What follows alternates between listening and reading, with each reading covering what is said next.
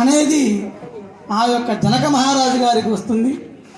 ఆ జనక మహారాజు గారికే కుమార్తెగా సీతాదేవి వస్తుంది అన్నాడు. అందుకే ఆ యొక్క సీతామాతకి అంత ప్రాధాన్యత అనేది వచ్చింది. ఎందుకయ్యా అంటే ఇన్ని యుగాలు గడిచినా కానీ ఆ సీతాదేవికి అంత ప్రాధాన్యత అనేది వచ్చింది.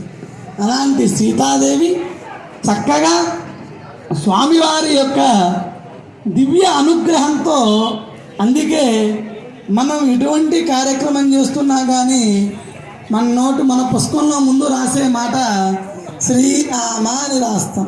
ఎందుకయ్యా అంటే శ్రీ అనే వృత్తాంశాన్ని ఆయనే మనకు ప్రాధాన్యం. ఎందుకయ్యా అంటే ఎక్కడ శ్రీ నవ్వుతూ ఉంటుందో అక్కడ అంత ఆనందం అనేది ఉంటుంది అని ఆ యొక్క రాముడే శ్రీ అనే అక్షరాన్ని ముందు పెట్టుకున్నాడు. అలాంటి శ్రీమాతను